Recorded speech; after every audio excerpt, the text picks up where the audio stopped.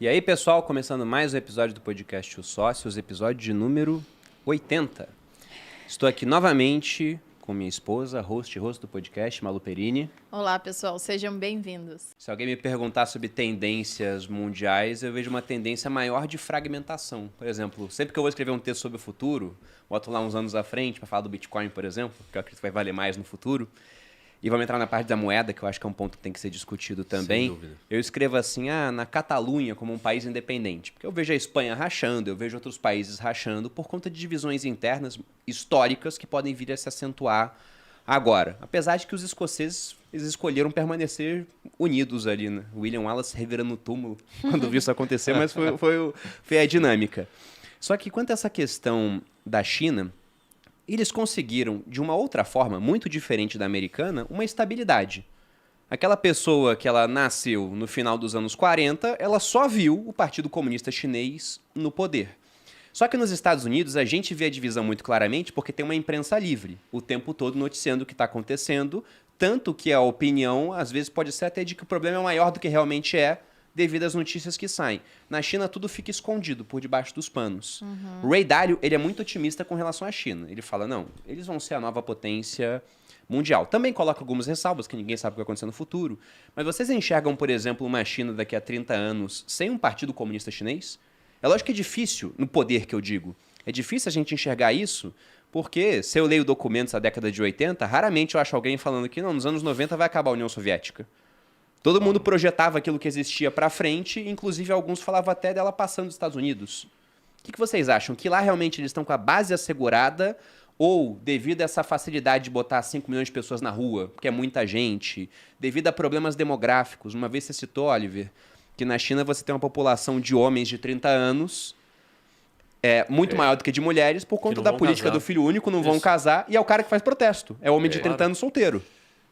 Porque ele não casou, ele não tem emprego, ele não tem nada. Não, se eu falar pra Malu, vou protestar, ela fala, vem pra casa, meu filho, vai protestar o quê? Aqui não, comigo, isso- usa a rede social pra protestar.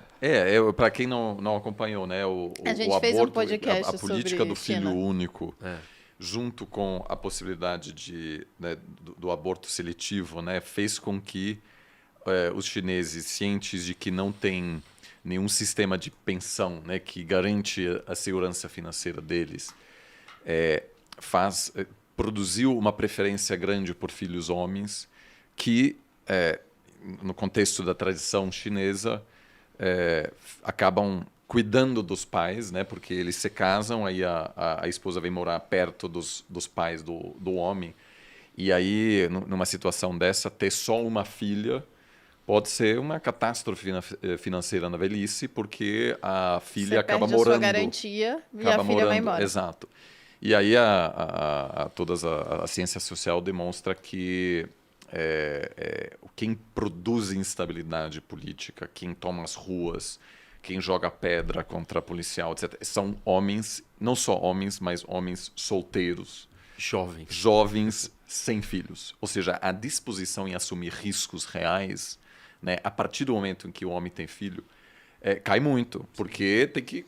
Enfim, né? Tem outras preocupações, Tem outras né? preocupações. Tem que manter a casa ali, ajudar, Exato. Então, pelo esses, menos. em chinês, né, chamado galho seco, né, é um preconceito terrível contra homens solteiros a partir dos 30, etc.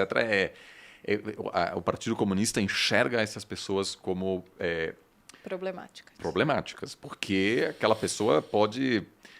quando não tem emprego, etc., pode produzir essa instabilidade e aí tem,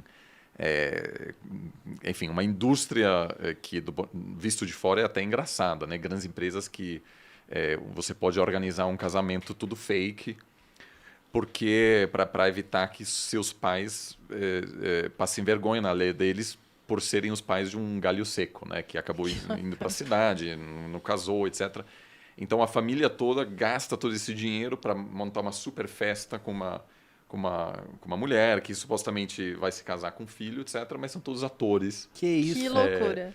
E porque tudo isso porque não tem mulher sobrando, tem Não menos tem mulher sobrando em função dessa questão de milhões e milhões de abortos seletivos, porque todos os pais querem ter um filho. Você sabe que isso faz a feiras, né? As mulheres, as mães ficam... Eu já vi um vídeo disso. Ofertando, porque a filha vale muito. Então criou-se um mercado, mercado gigante. Um mercado gigante. Então, assim, tudo isso é, obviamente, uma distorção bizarra num sistema onde, numa democracia, isso é pouco viável. Assim, nenhum governo americano, nem brasileiro, poderia impor, né, interferir tanto na vida, numa decisão íntima, quantos filhos você vai ter, etc.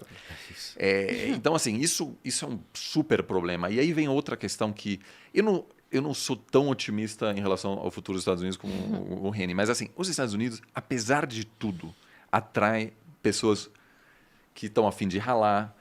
Migrante trabalha loucamente, muito filho de imigrante cria empresas, as principais empresas americanas, né? Muitas empresas estrangeiras.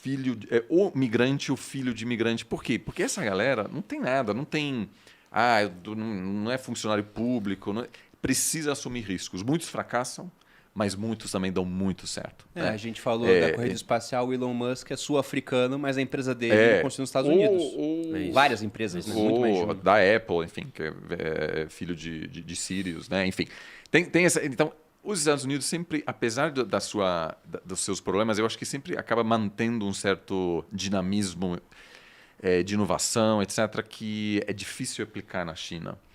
É um sistema mais engessado, que pode antecipar certos problemas e também pode adotar, em vários casos, uma estratégia de longo prazo, por exemplo, para liderar a corrida pelo 5G. E hoje tem uma grande empresa que é a mais barata, a mais avançada e que consegue, basicamente, contribuir de forma decisiva para a construção das redes 5G ao redor do mundo, inclusive no Brasil, enquanto os Estados Unidos não tem uma empresa capaz de competir com a Huawei.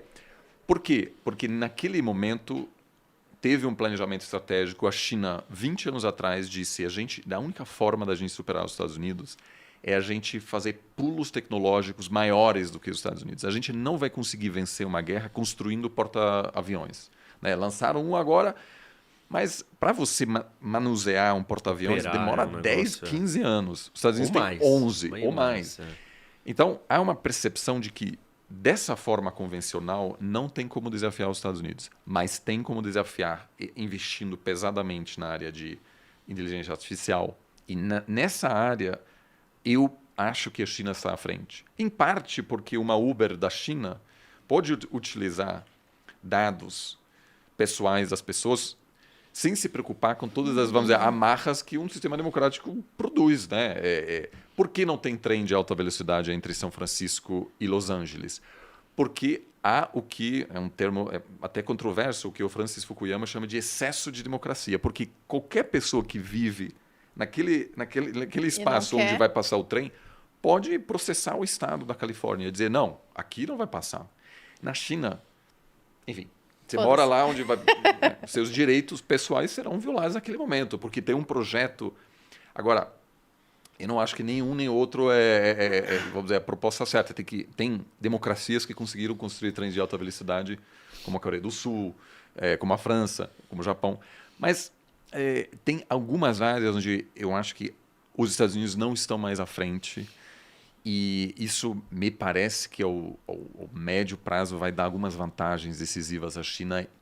E eu acho que nessa área, por exemplo, 5G, né, a Huawei acumula tantos patentes que busca obter a vantagem estratégica, replicar essa vantagem estratégica que as empresas americanas e os Estados Unidos como um todo tinham no início da internet. Os Estados Unidos tinham tanta vantagem que todas as grandes empresas da internet da primeira geração são todas americanas. Sim. Né? A própria internet está sendo gerida por uma organização baseada nos Estados Unidos. Então, eu acho que os chineses viram isso. Eu acho muito bom. Imagina se fosse na China, né? Isso. Então, eu não estou dizendo que aquilo... Mas esse que é o problema. Esse que é o problema dessa realidade que ele está descrevendo, que o Oliver está descrevendo, que não é irreal, ok. O problema é que você não pode deixar a Huawei, que é uma empresa controlada pelo Estado chinês, ter acesso a todas as informações de todas as pessoas do mundo. E isso vai levar a uma guerra, porque alguém vai virar e falar assim: olha, desculpa, não dá para eles terem essa informação. De todos os segredos industriais, de todas as grandes empresas, de todas as conversas de todas as pessoas do planeta inteiro. Se todo mundo vai usar o equipamento da Huawei, isso é um estopim gigantesco para uma hora assim, tipo... Olha, desculpa. Mas estamos chegando nesses dois. Só para completar, eu Claro. acho que o governo chinês vai conseguir segurar e se manter no controle, em parte justamente por isso que você está dizendo. Seu histórico de busca na internet hoje, se ele sugere que você não gosta do Partido Comunista, que, enfim, né, você usa procura coquetel Molotov, eles sabem disso e vem, pô. Então eu acho que solteiro aí tá pensando coisa errada. Exato. Então eu acho que o governo chinês chegou num nível hoje que consegue quase assim antecipar quem pode dar problema antes da própria pessoa tomar essa decisão. É quase o crime pensar lá do Orwell. Chegaram nesse nível. Eu acho, me parece que sim, porque a inteligência artificial, a mesma inteligência artificial, né, que é muito controversa, que os Estados Unidos utiliza para abater, para assassinar pessoas em várias regiões do mundo, a partir dos movimentos que eles fazem, dizendo, olha, essa pessoa está fazendo certas visitas, compra certos materiais. Eu não sei nada sobre essa pessoa, nem sei quem é. Mas a inteligência artificial, o algoritmo sugere que essa pessoa vai cometer um ataque terrorista contra uma base militar americana ao longo do próximo ano. Então, pode haver um ataque. Esse sistema hoje na China é tão sofisticado que talvez seja uma espécie de tecnoditadura que basicamente é inabalável, porque consegue detectar e eliminar ameaças a seu controle social antes de qualquer coisa que possa surgir. É o Minority Report do Tom Cruise, então. Eles veem o crime antes de acontecer. Um pouco, acho que sim. Imagina o pesadelo que isso é para o mundo. Assim, aí não era uma questão de o que vai acontecer, mas é o que não pode acontecer. Porque nós estamos aqui descrevendo o que vai ou não. Mas aí nós vamos ter que entrar numa discussão moral. Do que o resto da humanidade vai fazer com uma situação como essa? Mas o que o Brasil vai não usar o Huawei? Não tem como, ou seja... Deveria, custo, mas o custo... claro, ou seja... Deveria. O Brasil já tem como maior parceiro comercial a China. Já tem uma dependência gigante da China. Mas aí a China está ficando 30%. cada vez mais assertiva e cada vez mais impondo politicamente as suas vantagens pela via econômica. E aí agora nossa comunicação inteira e todas as informações do Brasil vão estar na mão da China. Bom, desculpa, o Brasil ele está se entregando. E aí não é com a China. É fazer isso com qualquer país. Claro. É ruim do ponto de vista da segurança nacional e estratégia de um país. Politicamente viável hoje não seria, vamos dizer, fazer uma proposta seria você não comprar isso porque você vai pagar um pouco menos, vai lá e compra de outro. Compra da Ericsson, compra de outra empresa. É mais caro? É mais caro. Mas a segurança nacional vale mais. Não é que você está dando dinheiro para a Huawei, você está dando as informações para o governo chinês. Esse é o problema dessa história. Sim, mas eu digo, hoje não há nenhum ator político que, vamos dizer, você vai encarar o agro, que a elite econômica brasileira e política brasileira não pensa nesse sentido... Não tem como encarar esse custo a curto prazo. Mas o problema, assim, a questão da tecnologia chinesa, ela não está necessariamente atrelada com a nossa dependência ou com a nossa relação comercial do agro. A China depende do agro brasileiro. Assim, não é uma via de uma mão, assim, se você. Então, porque senão nós já acabou, o Brasil acabou, porque aí nós estamos refém para sempre da China. Hoje é a Huawei, amanhã é sei lá o quê, todo dia. Aí vão falar, não, porque aí nós vamos vender mais o agro, nós vamos vender mais não sei o quê, nós vamos vender mais minério de ferro. Claro. Mas o único ator político que eu não concordo com ele, assim, mas que defendia esse tipo de postura foi derrubado pelo Senado, que foi o ex-chanceler do Brasil. Ou seja, não há hoje, eu acho que um movimento sério para. É que tem o jeito certo, né? Política é sobre forma. Tem a forma certa de fazer isso. E o Brasil nunca fez isso da forma certa. Ou dando uns chiliques, assim, gritando, claro. Ou tipo, se sujeitando, se submetendo por completo. Eu acho que o Brasil tem que sentar e falar assim, olha, China, nós temos uma realidade econômica muito próspera. Nós temos relações econômicas fantásticas. Mas deixa eu te falar uma coisa. Politicamente, eu vou discordar de vocês em alguns assuntos. E isso não tem que abalar. Isso é política. Você vai lá e avisa. Você fala, olha, eu quero ter liberdade aqui. Não, eu vou ficar incomodado, eu não vou gostar. Pô, não, a gente está ganhando dinheiro aqui. Você convence, você negocia, você fala, só que aqui eu não vou fazer isso. E aí é uma questão de visão. É que o Brasil não tem um projeto de país para virar e falar assim, nós não podemos entregar todas as informações. Uma coisa que o Bolsonaro fica falando tanto, né, dos nossos Me fugiu a matéria-prima... Nióbio? O nióbio. Que é a história do nióbio, né? Não é... Qual é a vantagem que o Brasil tem no nióbio? Ele não é que nós temos o recurso natural. Nós temos uma vantagem industrial produtiva. O Brasil desenvolveu uma técnica que é um segredo industrial. A nossa comunicação é controlada pelo chinês, a primeira coisa que acabou é isso. Esse segredo industrial acabou. Aliás, é isso que a China está fazendo no mundo inteiro. Então, aí o Brasil vai perdendo todas as vantagens que ele tem, até a China virar e falar assim, bom, assim, você é um quintal meu. E se a gente fala tanto e reclama tanto, não, porque o imperialismo americano, porque nós não podemos estar dependentes e vulneráveis dos Estados Unidos ou dos europeus... Mas e por que essa conversa não existe sobre a China?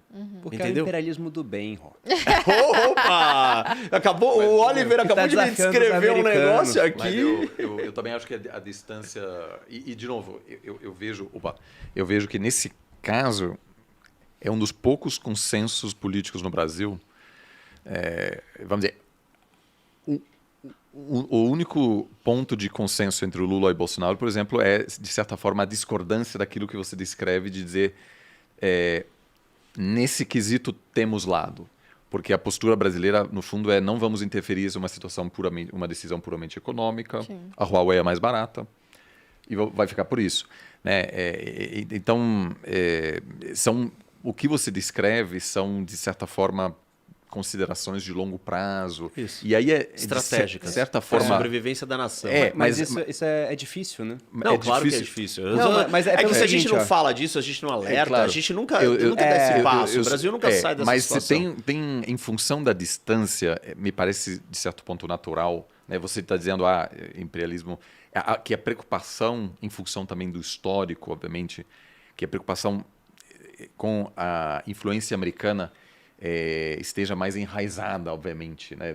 Não é só essa questão ideológica, etc. É também, né, se olhar para os últimos 100 anos que houve, em função da história. Ou seja, isso não me parece ser controverso dizer que houve maior interferência do que por parte da China, porque a China não era um ator Não era, mas a presente. Dependência que o Brasil tem da China hoje é muito maior do que a dependência Sim, que o Brasil sim. teve em algum momento com os Estados Unidos. Isso me parece muito mais grave, dado a natureza do regime que nós estamos comparando. Mas aí eu acho que vem uma questão muito interessante, que a China, apesar de ser uma potência antiga, a China de hoje é também diferente. É claro que o Partido Comunista, por exemplo, as burocracias, os ministérios, etc., estão fisicamente localizados no mesmo local onde estavam, né, os ministérios há 100, 200, 300 anos, na cidade proibida, etc. Mas ninguém sabe como a China vai se comportar. Temos hipóteses, né, mas a China não era um país, vamos dizer, um membro aceito na comunidade internacional, não tinha presença na ONU, o representante da China era Taiwan. Então, os diplomatas, não existe uma tradição diplomática de longo prazo, de uma antiga tradição diplomática chinesa, porque o regime aí é realmente diferente. Né? A China não era um país aberto nesse sentido ao mundo, e eu acho que ainda tem muita coisa que não sabemos e que isso torna a previsão, né, se reduz a nossa capacidade em prever como a China vai se comportar. E aí uma questão interessante os Estados Unidos passam por um processo de instabilidade interna, sem dúvida. Isso compromete a atuação externa americana? Sim, mas não sabemos quando. Quando você olha para o declínio do Império Romano, pode ser que ao longo dos próximos 50 anos, os Estados Unidos entram em um processo de erosão interna, mas meio que por fora as coisas continuam, as bases... Não é uma falta de dinheiro. O que levou, no final, o Império Romano ao colapso também na sua atuação é interna, mas aí demorou muito tempo. Ou seja, por um bom tempo, meio que a coisa parece que continua funcionando. Eu não acho que daqui a 10 anos algum presidente vai, de repente, fechar todas as bases militares ao redor do mundo. O Trump até meio que tentou, mas não conseguiu. Então, também pode ser que, por um bom tempo... O país meio que continua tendo uma atuação incisiva no âmbito externo, apesar de já ter passado por um semi-colapso interno. E a outra questão da China... Fazer isso por causa da moeda, né? Vamos chegar nesse ponto. E a outra questão da China a China vai encarar problemas graves, sim, demográfico, fuga de cérebros. Cada vez que eu vou para Lisboa, e parte da minha família mora lá, é uma loucura, porque muitos apartamentos foram comprados por chineses. Então, assim, ruas inteiras vazias, porque aqueles apartamentos custam $1 milhão e até recentemente Portugal dava o Golden Visa para qualquer pessoa que fizesse um investimento de $1 milhão. Então, o que toda a elite chinesa fez? Comprou o apartamento.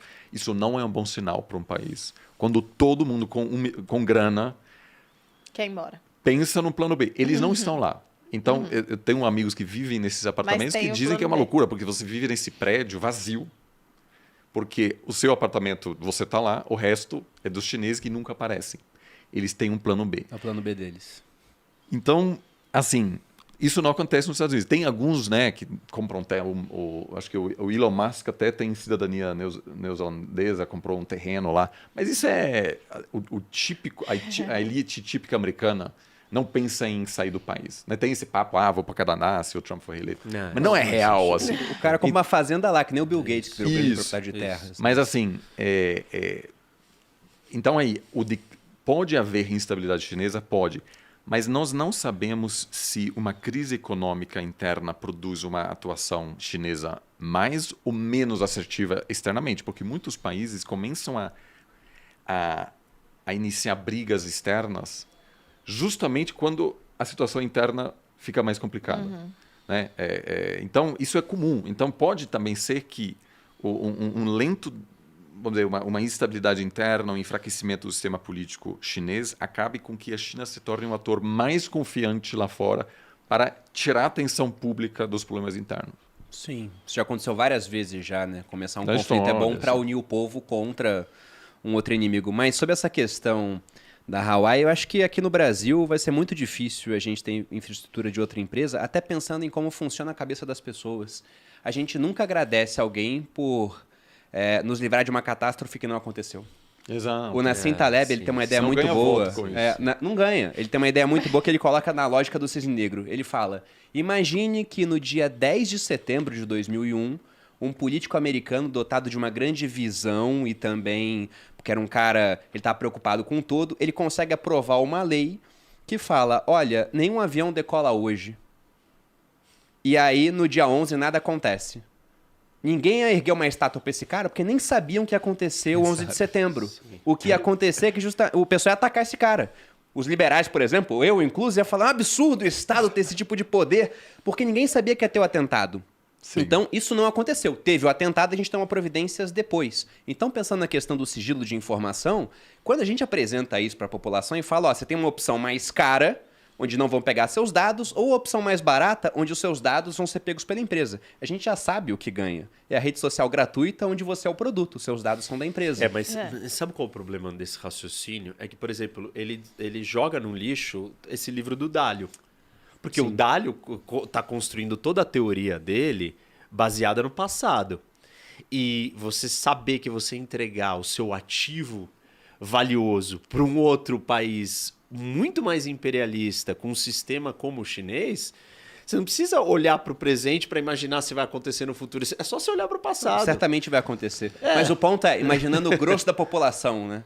Se essa decisão fosse democrática. Claro. Eu não tô dizendo que não existe isso que você está falando. Concordo que isso é a força dominante, mas é uma irracionalidade.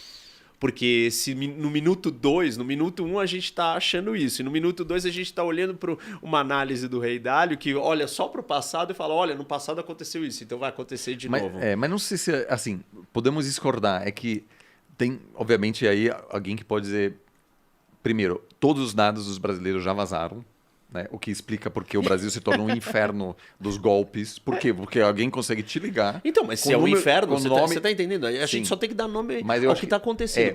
Por que a nossa vida virou um inferno? Porque os dados vazaram, mas... Então, tem uma, então vamos vazar para o Partido Comunista Chinês. Não, mas eu estou dizendo do ponto de vista político. Não é um argumento vencedor do ponto de vista político, porque alguém pode dizer, mas Então, enfim, e o segundo, além disso, obviamente... eu entendo a em dificuldade, função mas do- eu acho que bem articulado ele pode ser trazido, porque ele é um problema de ameaça, ele é um problema de afetar diretamente a vida das pessoas. É que não está sendo articulado. Mas qualquer proposta dessa, se você vai me palanque com isso, a pessoa imediatamente vai dizer qual é o risco disso ser utilizado pelos Estados Unidos. Pode dizer, sim, são democráticos, etc. Não, são empresas privadas, é diferente, Claro. né?